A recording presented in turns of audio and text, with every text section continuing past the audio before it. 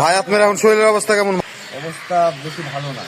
মানুষ ভাগ্য অবস্থা ভাই মানুষের অবস্থা হাত কি ভেঙে গেছে আপনার? হাত ভেঙে গেছে?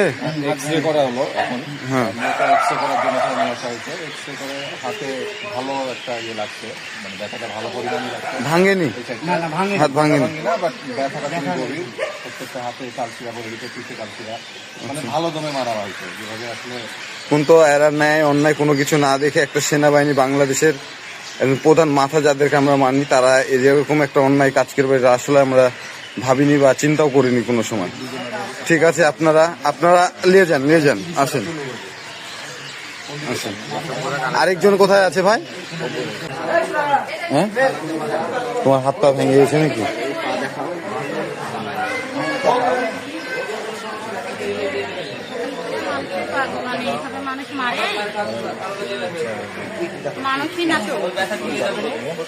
বাংলাদেশের সেনাবাহিনী যে এরকম নিষ্ঠুর হবে এটা আসলে আমরা কল্পনা করিনি।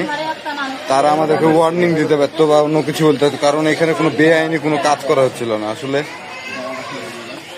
কি বলবো, ওগুলা অমানুষের মতো ব্যবহার করেছে তারা। আমার হাত যখন করা একদম ভালো না।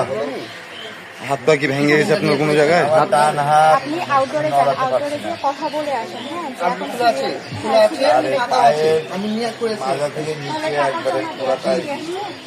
আপনার এক্সরেটা আসলে করানোর আগে আপনার এক্সরেটা করান, তারপর তারপরে